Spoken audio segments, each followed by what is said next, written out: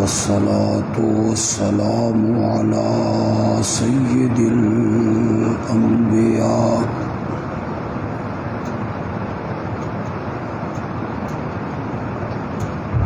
على سيد الأنبياء وخاتم النبيين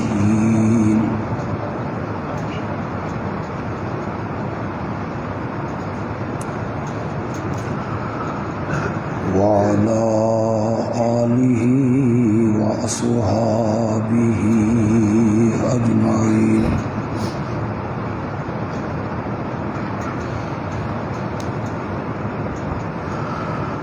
أما بعد فأعوذ بالله من الشيطان الرجيم.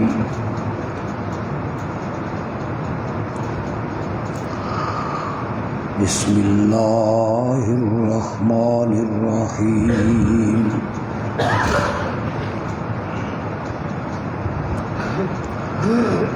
إن الله وملائكته يصلون على النبي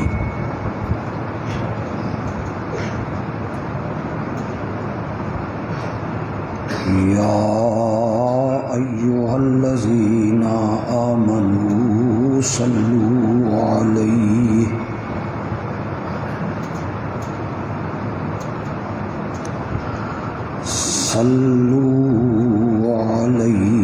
وسلموا تسليما.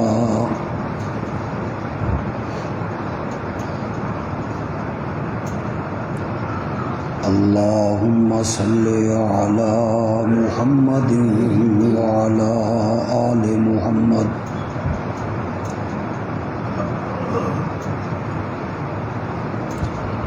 كما صليت على إبراهيم وعلى آل إبراهيم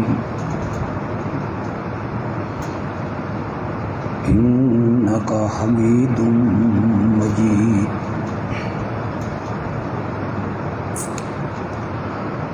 اللهم بارك على محمد وعلى آل محمد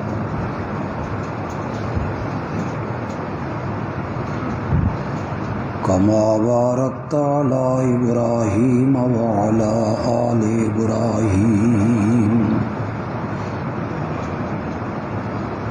إنك حميد مجيد.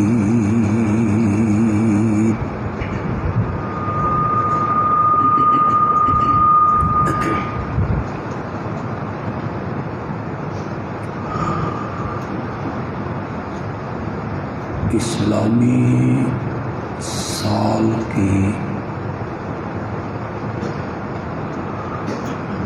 ابتدا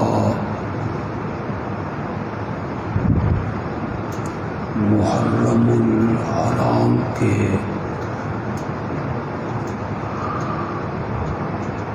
محترم مہینے سے ہوتی ہے.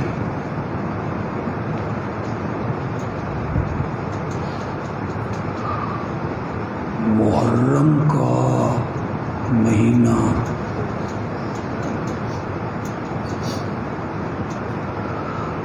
دور جاہلیت میں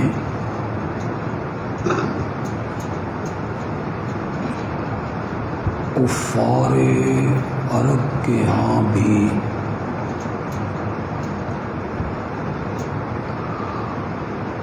محترم اور قابل عزت سمجھا جاتا تھا.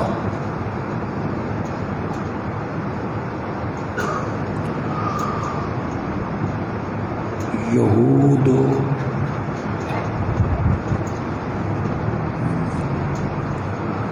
10 محرم کا روزہ رکھتے تھے.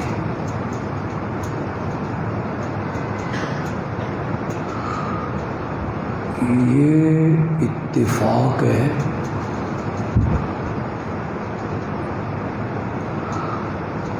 کہ نواسۂ رسول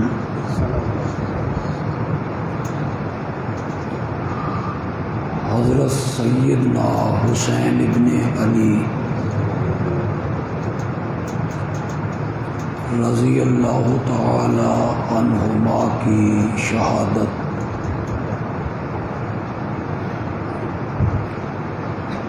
اور کربلا کا المناک واقعہ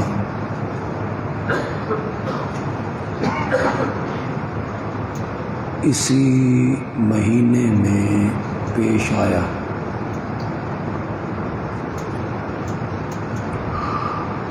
واقعہ کربلا کی وجہ سے محرم کو عزت نہیں ملی۔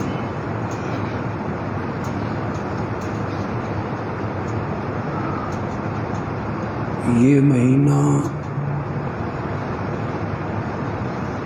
اس لیے قابل احترام نہیں کہ اس میں کربلا کا حادثہ پیش آیا۔ خانوادہ علی کے لوگ شہید ہوئے، بلکہ محرم کا مہینہ دور جاہلیت میں بھی قابل احترام سمجھا جاتا تھا۔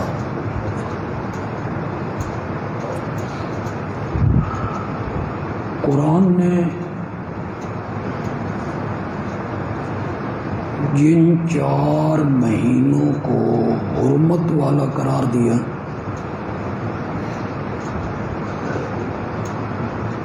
ان میں ایک مہینہ محرم کا بھی ہے۔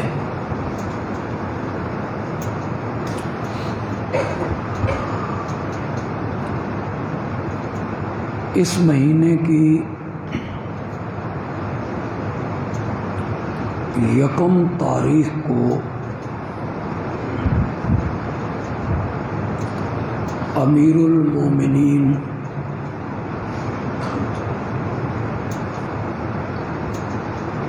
خلیفہ ثانی حضرت سیدنا فاروق اعظم رضی اللہ تعالی عنہ کی شہادت ہوئی۔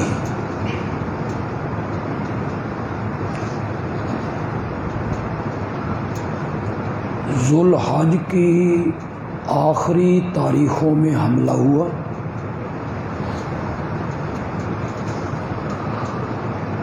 کچھ دن زخمی رہے اور 1 محرم کو جام شہادت پیا۔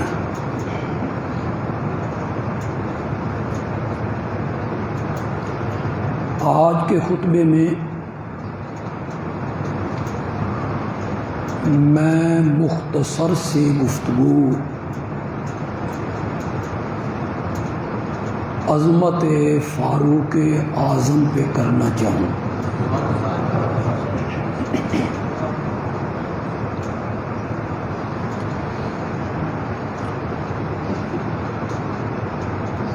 ایک طبقے نے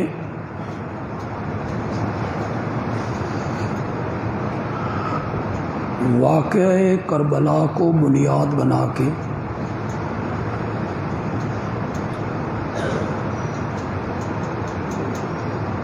عموماً صحابہ کو اور خصوصاً 3 صحابہ کو، خلفائے ثلاثہ، ان کے بارے میں منفی پروپیگنڈا کی۔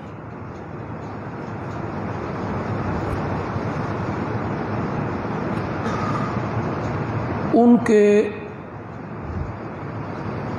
خطیب وہ کہتے ہیں کہ واقعہ کربلا کی بنیاد ثقیفہ بنی ساعدہ میں رکھی گئی تھی۔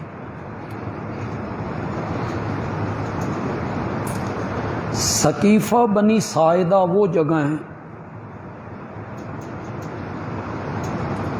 جس جگہ پہ صحابہ نے حضرت ابو بکر کو خلیفہ اول منتخب کی.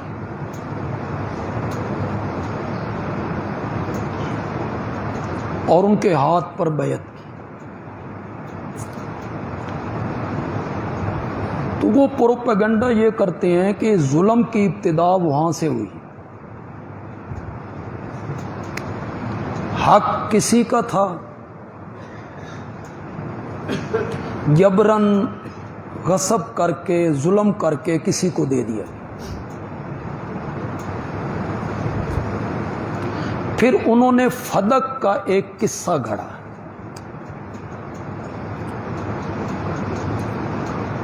اور اسے بڑی رنگینی کے ساتھ پیش کی.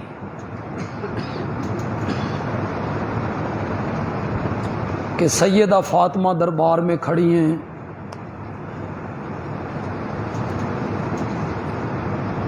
کچھ خطیب تو ان کے بیان کرتے ہیں بے 4 گھنٹے کھڑی رہیں.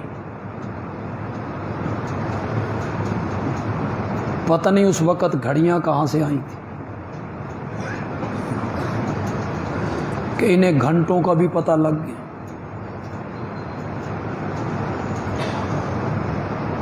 وہ دربار میں 4 گھنٹے کھڑی رہیں اور یہ ظالم کرسیوں پہ بیٹھے رہے.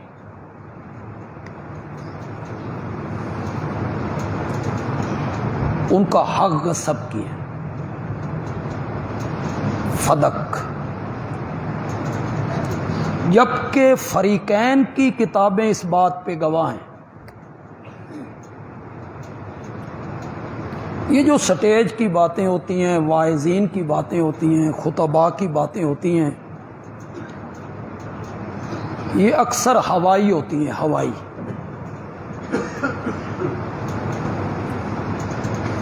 بغیر حوالے کے ہوتی ہیں. دلائل کے میدان میں آئیے نا. یہ کہنا کہ فاطمہ کو تھپڑ مارے گئے، دروازہ جلایا گیا، یوں نہیں. اپنی کتابیں اٹھائیے، اصول کافی اٹھا لیجیے.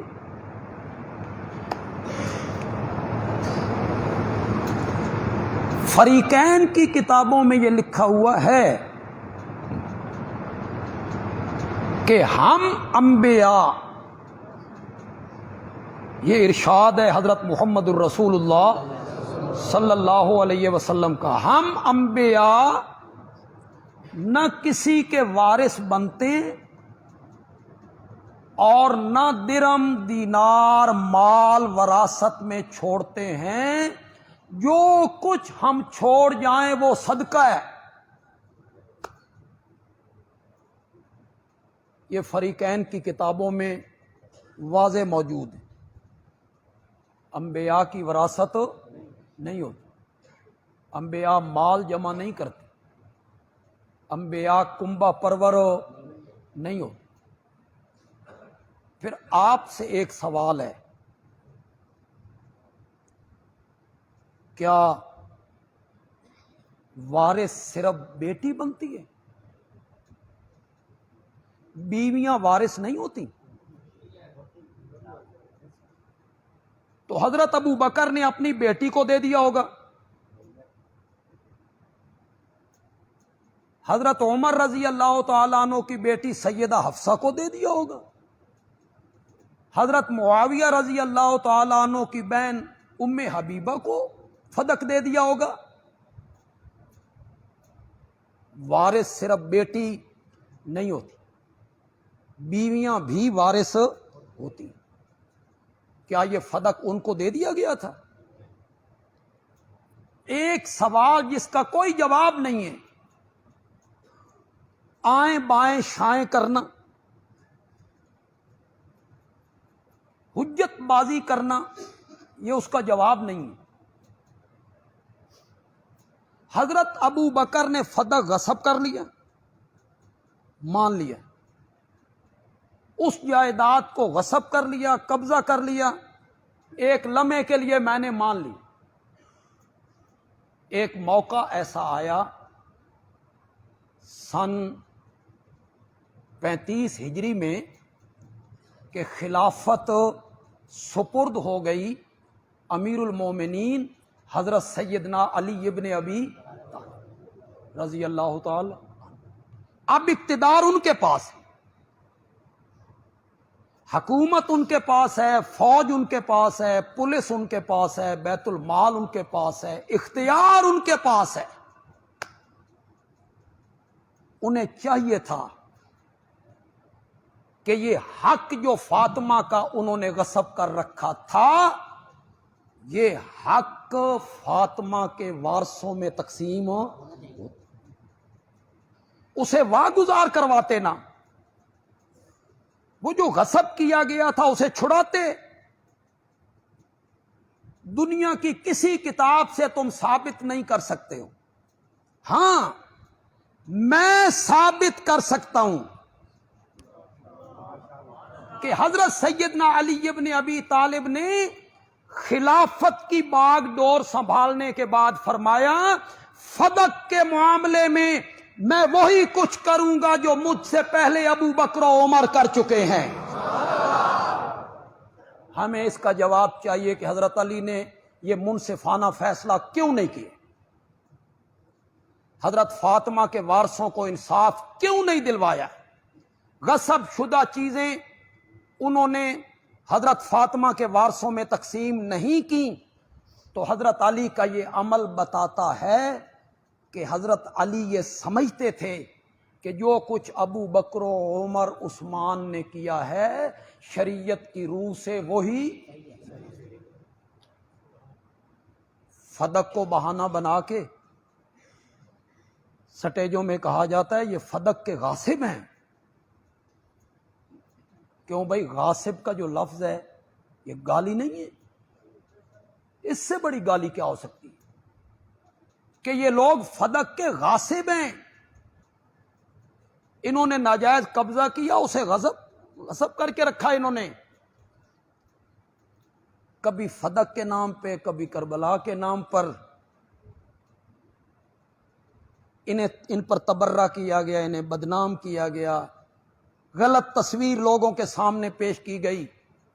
جبکہ خدا گواہ ہے انبیاء کی جماعت میں، مقدس جماعت ہے، انبیاء کی مقدس جماعت میں یہ شرف،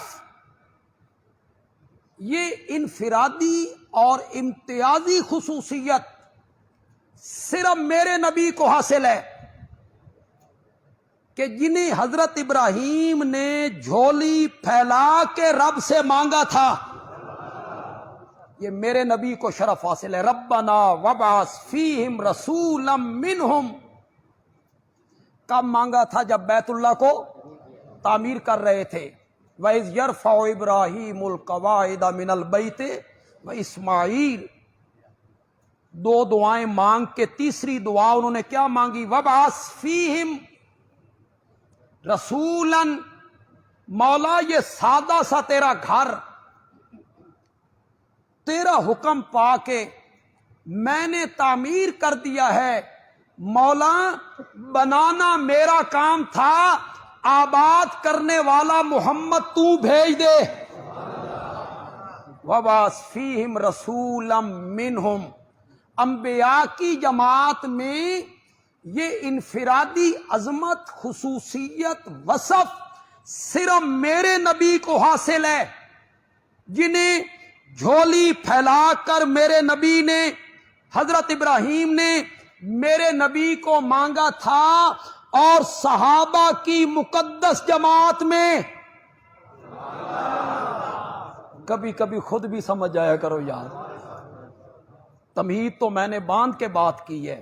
صحابہ کی مقدس جماعت میں یہ شرف اور یہ عظمت صرف فاروق اعظم کو حاصل ہے، جنہیں میرے نبی نے جھولی پھیلا کے رب سے مانگا تھا.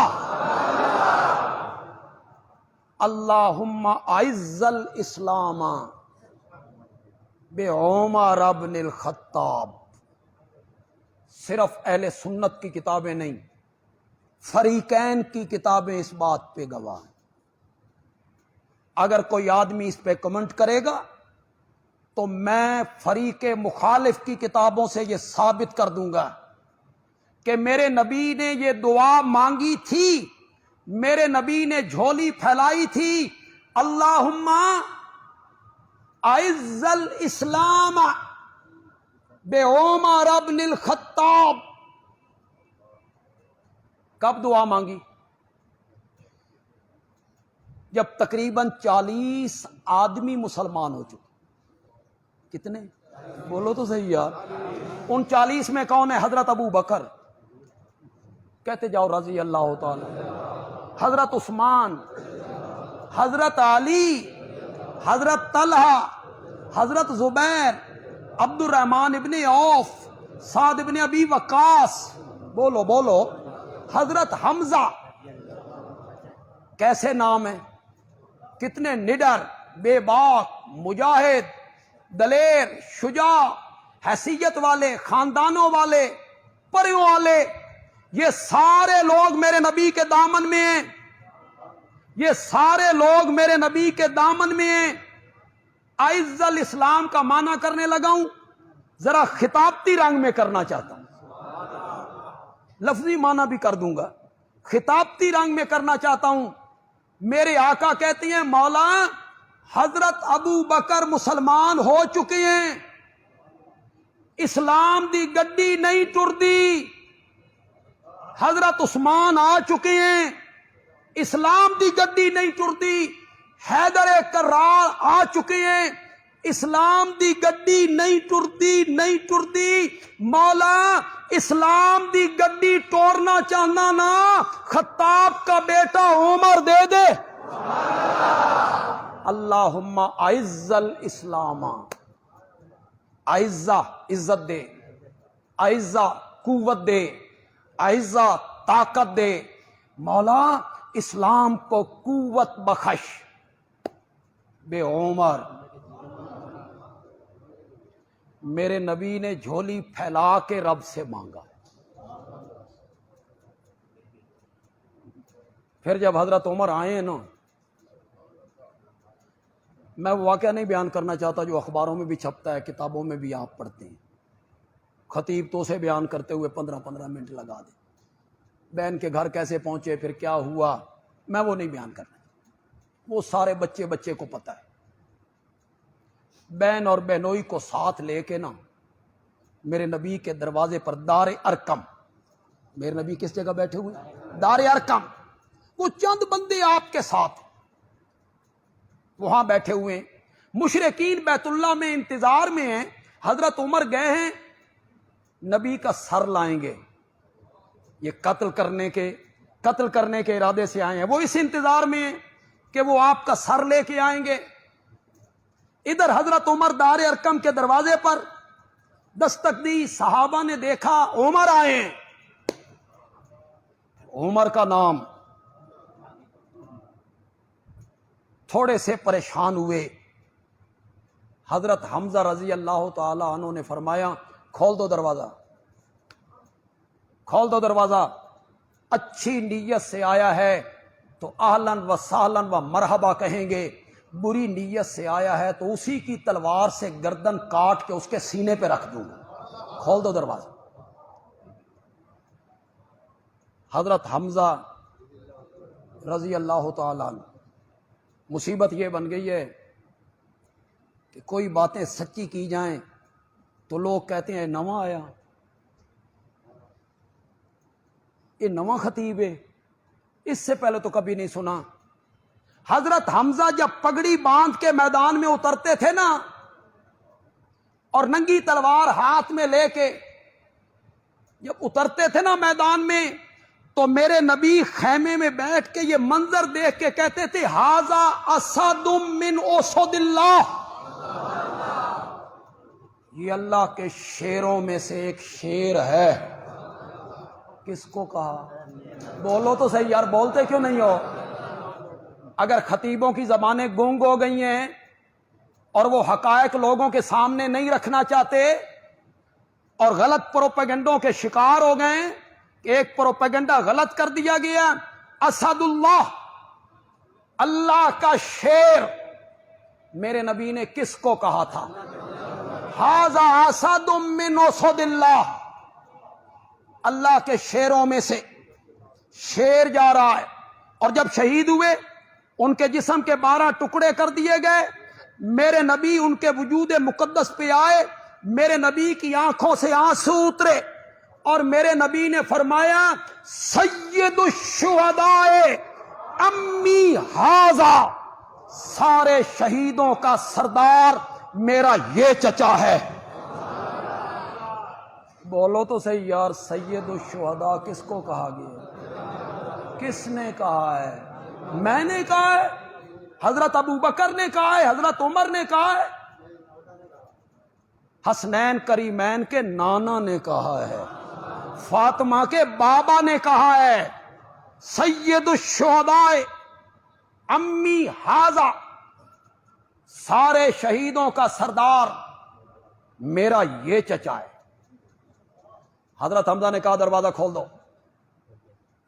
میرے آقا نے یہ تیور دیکھے تو فرمایا کھول دو دروازہ، آج عمر محمد کی دعا کا جواب بن کے آ گیا ہے. میرے نبی نے اٹھ کے استقبال کیا، سینے سے لگایا، صحابہ نے نعرہ تکبیر لگایا،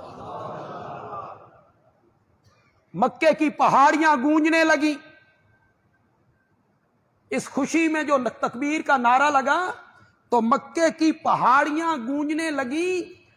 اہل سنت کی کتابوں میں، حدیث کی کتابوں میں آیا ہے کہ اس موقع پہ جبریل امین اترے اور انہوں نے کہا یا رسول اللہ، عمر کے ایمان لانے پر صرف فرش والے خوش نہیں ہوئے، عرش والے بھی خوش ہوئے ہیں. فرشتے بھی آج خوشیاں منا رہے ہیں. اسلام کے دامن میں عمر آیا ہے، عمر آیا. اس عمر پہ تبرہ کرتے ہوئے بندوں کو حیا کرنی چاہیے.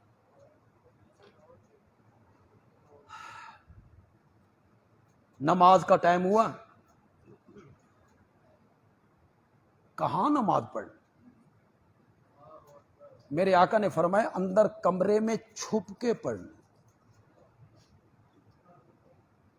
تیری قوم بیت اللہ میں اعلانیہ نماز پڑھنے نہیں دیتی، کعبے میں ہمیں جا کے عبادت کرنے کی اجازت نہیں ہے، اس لیے چھپ کے یہ عبادت کریں گے.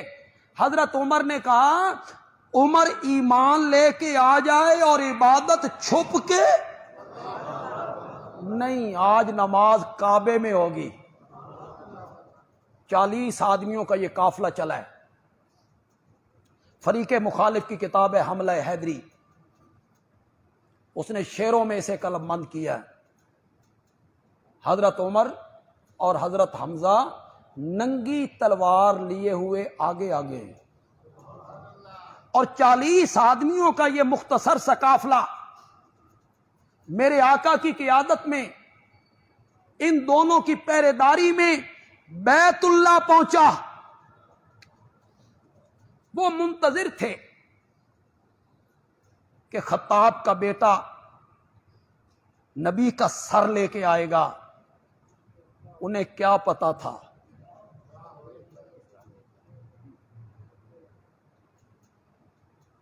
حضرت عمر پہنچے، صنادید موجود تھے، ابو جال بھی تھا، بڑے بڑے صنادید اور قریشی اور چودھری موجود تھے، بڑے فن خان. اور آج حضرت عمر نے وہاں جا کے للکارا، فرمایا خطاب کا بیٹا عمر مسلمان ہو کر بیت اللہ میں اعلانیہ عبادت کرنے کے لیے آیا ہے. جس نے اپنے بچوں کو یتیم اور اپنی بیوی کو بیوہ کروانا ہو تو روک کے دکھائے، سامنے آئے. کوئی اپنی جگہ سے نہیں ہلا اور اعلانیہ نماز بیت اللہ میں ادا ہو. اگر ایک جملے کی آپ کو سمجھ آ جائے،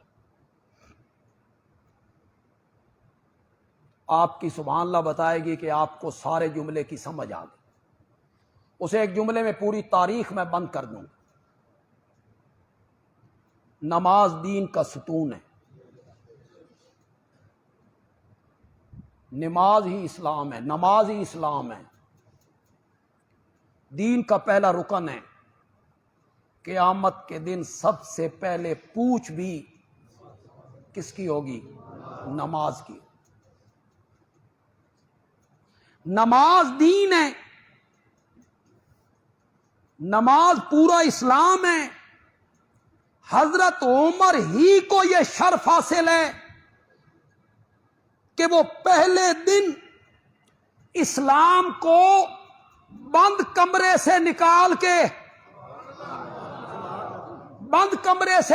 کے بیت اللہ کے صحن میں لایا تھا، اور پھر یہ شرف حضرت عمر کو حاصل ہے کہ وہ اسلام کو عرب سے نکال کے ایران و روم کے محلوں تک پہنچایا تھا۔ اسی کے دور میں پھر ایران فتح ہوا، فتوحات ہوئیں، کیسر و کسریٰ کے خزانے مسلمانوں کے قدموں میں ڈھیر ہو گئے۔ امیر شریعت حضرت سید عطا اللہ شاہ بخاری رحمت اللہ علیہ کا ذکر میں نے پچھلے جمعے بھی کیا۔ ان کی باتیں عطا الہی ہوتی ہیں۔ کسی نے پوچھا شاہ جی عمر اور علی میں کیا فرق ہے؟ ہم فرق کرنے لگیں گے تو یہی کہیں گے دونوں ہماری آنکھوں کا نور ہیں، دونوں ہمارے دل کا سرور ہیں، دونوں کی جوتیاں ہمارے سر کا تاج ہیں۔ کیوں بھئی اہل سنت کہلانے والوں بولو، کیا ہم حضرت علی کا احترام اسی طرح نہیں کرتے جس طرح حضرت عمر کا احترام کرتے ہیں؟ حضرت علی رضی اللہ تعالی عنہ کی ادنا سی گستاخی دائرہ اسلام سے نکلنے کا سبب بن جائے گی۔ وہ بندہ اہل سنت نہیں ہو سکتا جس کے دل میں حضرت علی کے لیے ذرہ برابر بغض ہو۔ حضرت علی سے بغض رکھنا منافقت کی علامت ہے۔ منافق بغض رکھے گا، مومن نہیں رکھے گا۔ کتنے جواب خطیب دیں گے؟ شاہ جی نے جواب دیا 2 لفظوں میں، اور پوری تاریخ کو سمیٹ کے رکھ دیا۔ شاہ جی نے فرمایا علی مرید محمد ہے، اور عمر جو ہے نا یہ مراد محمد ہے۔ سارے صحابہ مرید محمد ہیں، خود آئے کلمہ پڑھا، عمر خود نہیں آیا۔ اسے کس نے بلایا؟ میرے نبی نے بلایا۔ کس نے جھولی پھیلائی؟ میرے نبی نے پھیلائی۔ کس نے رب سے مانگا؟ میرے نبی نے رب سے مانگا۔ یہ مرید محمد نہیں، یہ مراد محمد ہے۔ کسی اور عالم کا جملہ ہے، سارے صحابہ میرے نبی کے طالب ہیں۔ طالب سمجھتے؟ طلب کرنے والے، ڈھونڈنے والے۔ سارے صحابہ میرے نبی کے طالب ہیں۔ عمر طالب نہیں، مطلوب ہے۔ اسے تو خود ڈھونڈا گیا ہے، اسے تو رب سے مانگا گیا ہے۔ ایک جملہ بندیالوی بھی کہنا چاہتا، خطیبوں نے اپنی اپنی جگہ پہ جملے کہے، ایک جملہ میں کہنا چاہتا ہوں۔ سارے صحابہ میرے نبی کے محب ہیں۔ او محب سمجھتے ہو؟ محبت کرنے والا، جس کو آپ اپنی زبان میں عاشق کہتے ہیں، عاشق۔ سارے صحابہ میرے نبی کے محب ہیں۔ فاروق اعظم صرف محب نہیں، محبوب ہے، میرے نبی کا محبوب ہے۔ محبوب کبھی کبھی محب سے وہ باتیں کر لیتا ہے جو اور کوئی نہیں کر سکتا. تسی اپنے لفظ وچ عاشقی معشوقی کر لو یار، تو سمجھ ذرا چنگی آئے گی. جس سے عشق ہو نا، محبت ہو، تو وہ ناز نخرے اپنے عاشق نال ایو جیاں گلاں کر لیندا جیڑا کوئی ہور ہو نہیں کر سکتا. اور عشق تو اندھا ہوتا ہے.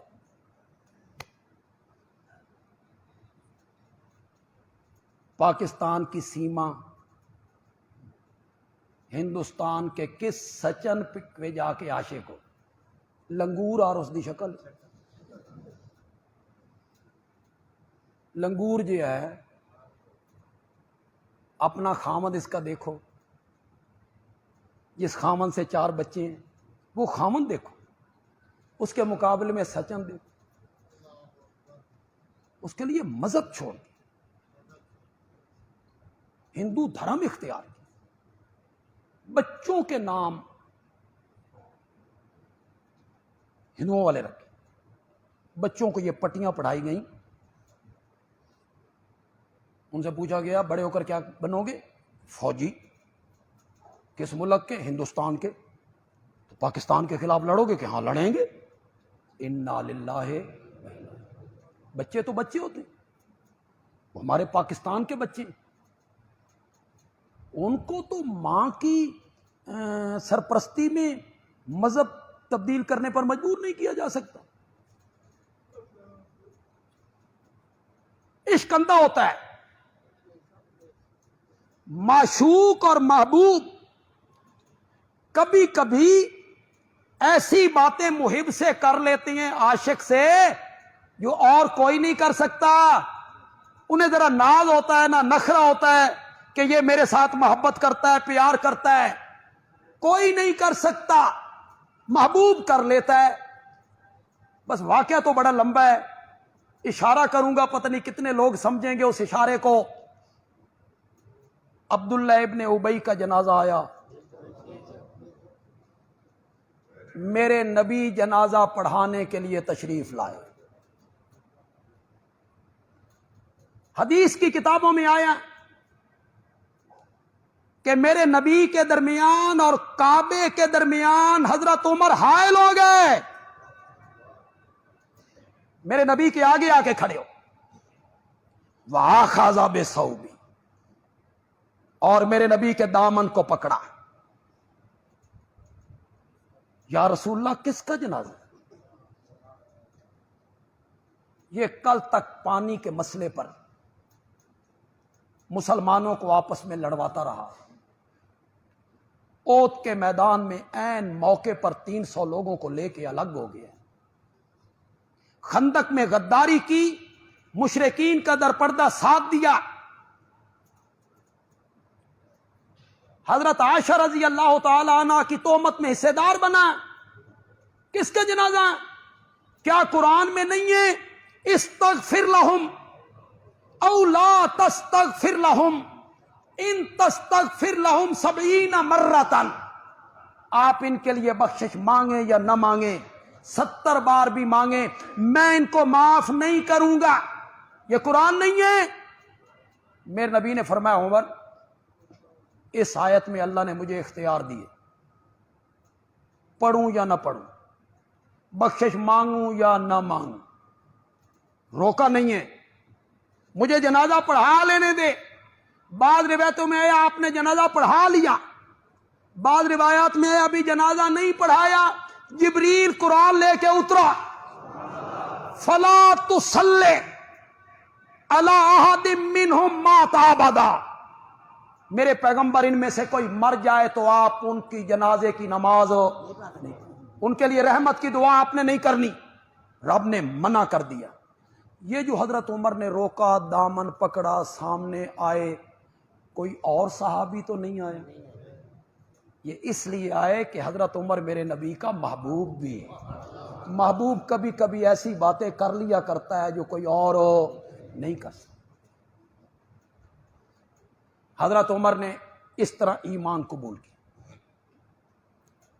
ہجرت کیسے کی؟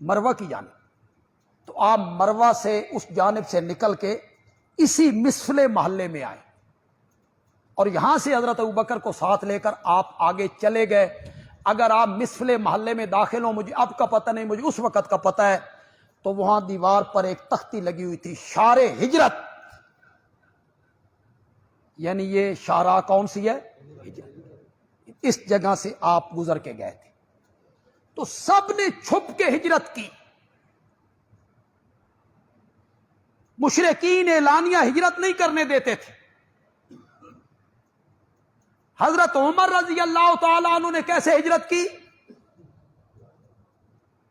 چھپ کے نہیں، بیت اللہ میں آئے، بیت اللہ کا طواف کیا، وہاں جتنے لوگ بیٹھے تھے انہیں مخاطب کیا، خطاب کا بیٹا عمر ہجرت کر کے مدینے جا رہا ہے، جس میں ہمت ہے تو روک کے دکھائے. اسلام بھی اعلانیہ قبول کی اور اسلام کی تقویت کے باعث بنے، اور ہجرت بھی اعلانیہ کی. پھر جو دین کے لیے ان کی خدمات ہیں، میں ان کی علمی خدمات کی طرف نہیں جانا چاہتا. ان کا علم، ان کا تفقہ، ان کا فہم، ان کے مشورے، ان کی رائے کتنی صائب ہوتی تھی، کتنی درست ہوتی تھی. اللہ اکبر. قرآن پاک میں علامہ سیوطی رحمۃ اللہ علیہ نے کئی مقام لکھے. قرآن پاک کے ایسے مقام ہیں جہاں اللہ کی وحی نے حضرت عمر کی رائے کی تائید کی ہے. میں نے لفظ بڑے تول کے بولے ہیں یار. خطیب حضرات کہتے ہیں حضرت عمر کی رائے کے مطابق وہی اتری. میں نے یہ نہیں کہا،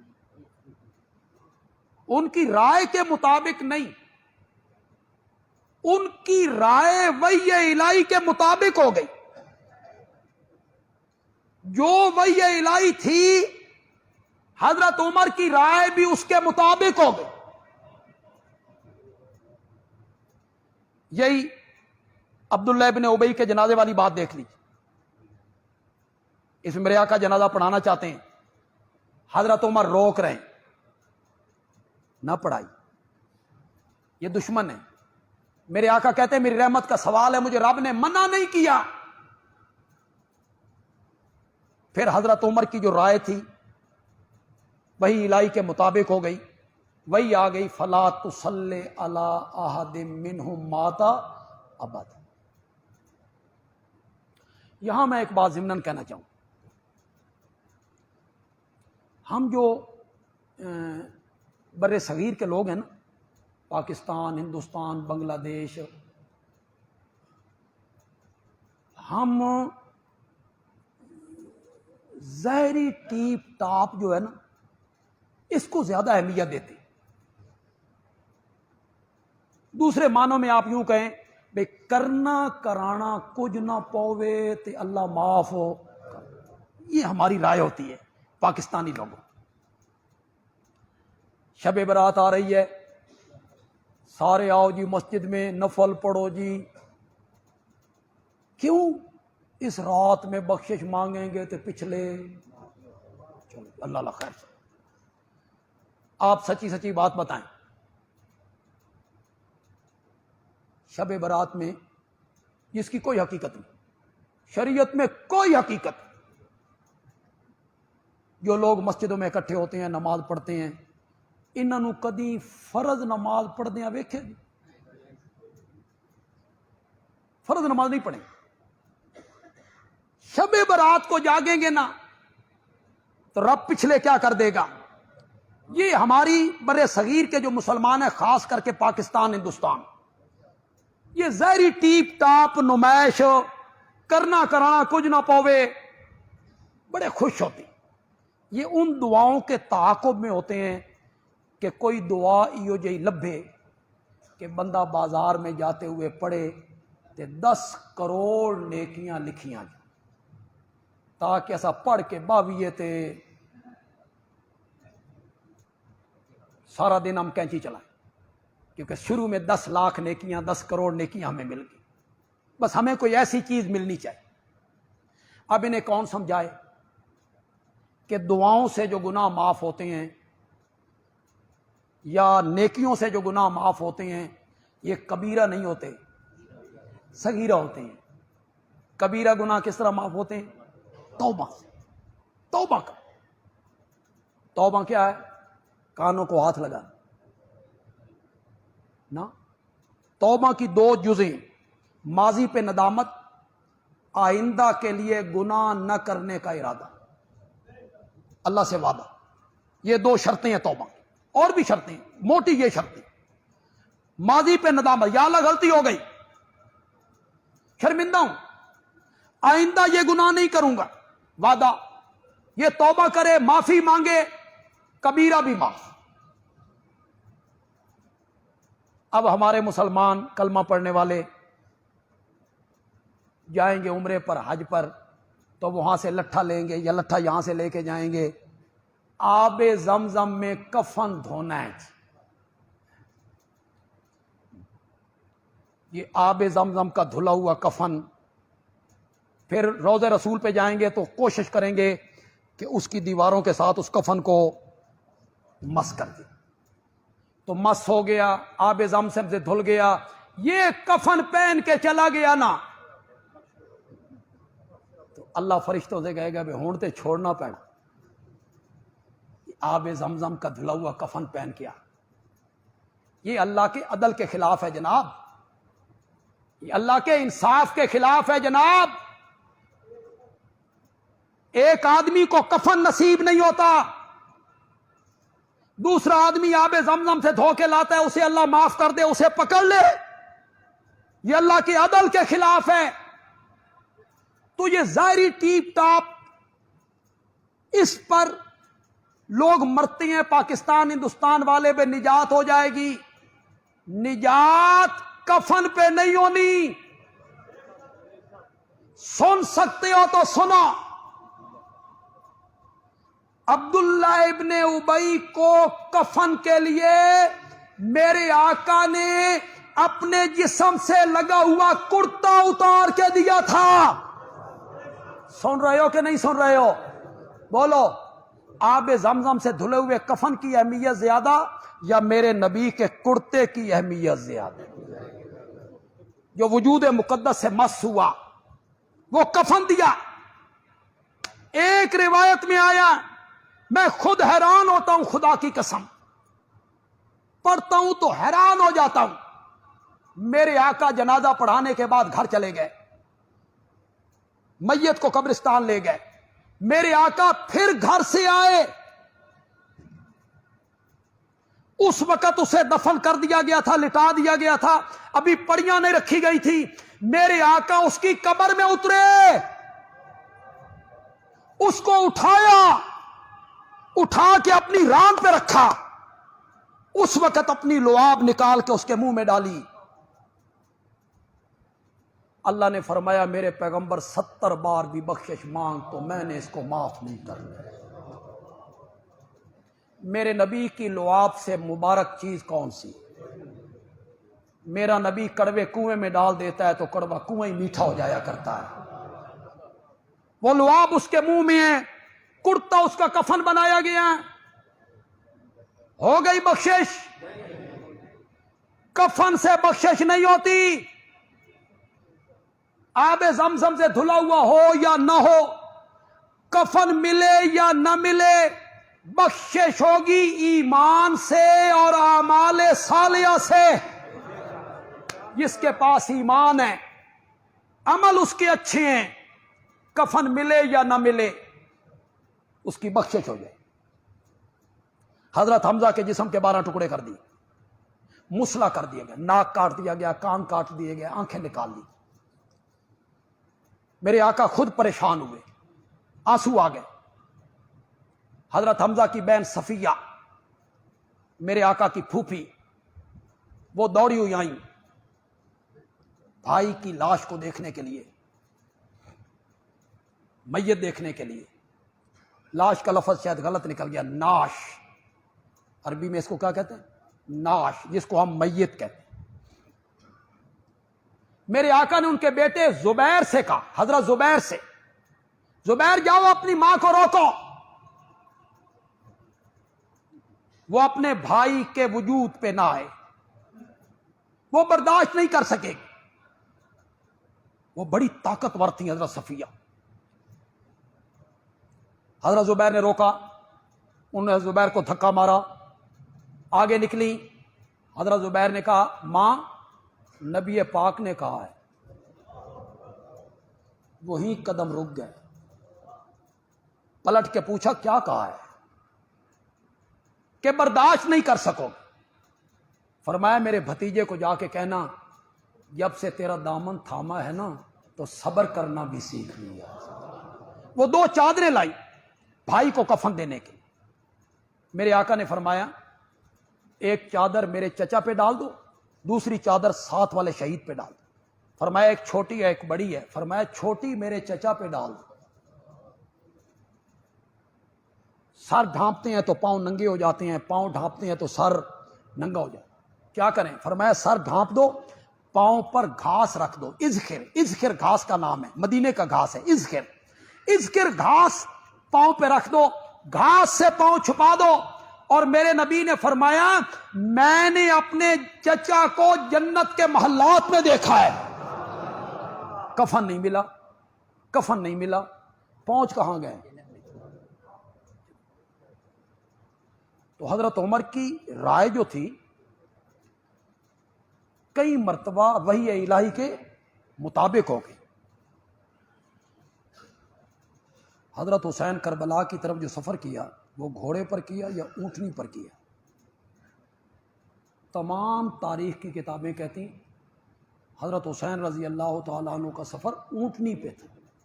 اس وقت یہ لمبے سفر گھوڑوں پہ نہیں ہوتے تھے, بلکہ یہ لمبے سفر کس پہ ہوتے تھے؟ اونٹنی پر ہوتے تھے.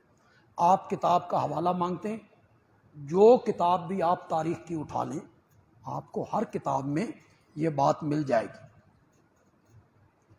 بعض لوگ کہتے ہیں کہ عمر کی شہادت یکم محرم کو نہیں ہوئی, تو وہ ثابت کیا کرنا چاہتے ہیں؟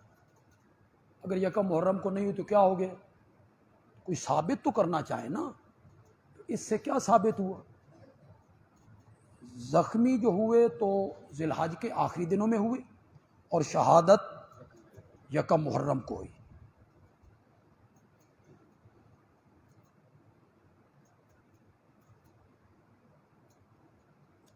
یہ ہر عالم سے, کوئی عالم معصوم نہیں ہوتا, یہ ایک ذہن میں رکھے بات.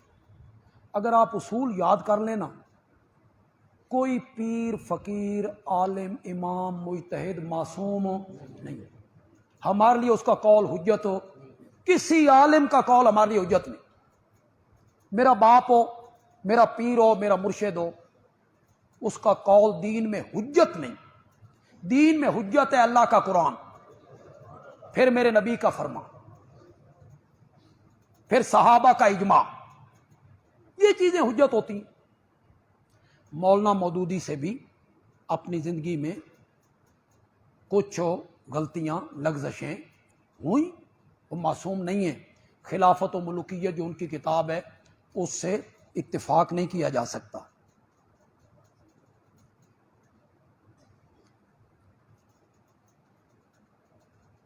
یہ میں جواب دے چکا ہوں جی.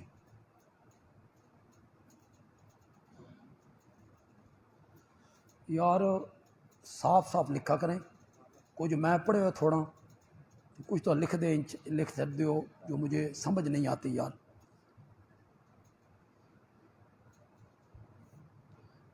کالے سوٹ کے علاوہ بھی دنیا میں اور رنگ بڑے موجود ہیں.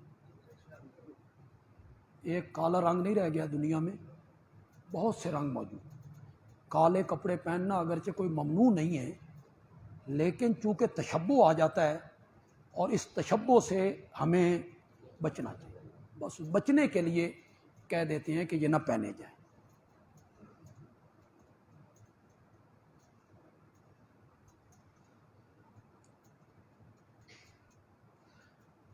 کسی حدیث میں یہ نہیں آیا کہ فلاں قبیلے کو موسیقی کا شوق ہے تو شادی پر جاتے ہوئے خواتین کو لے جانے کے لیے یہ آپ کہتے ہیں. اور دوسری حدیث میں موسیقی کے خلاف آپ نے کہا ہے.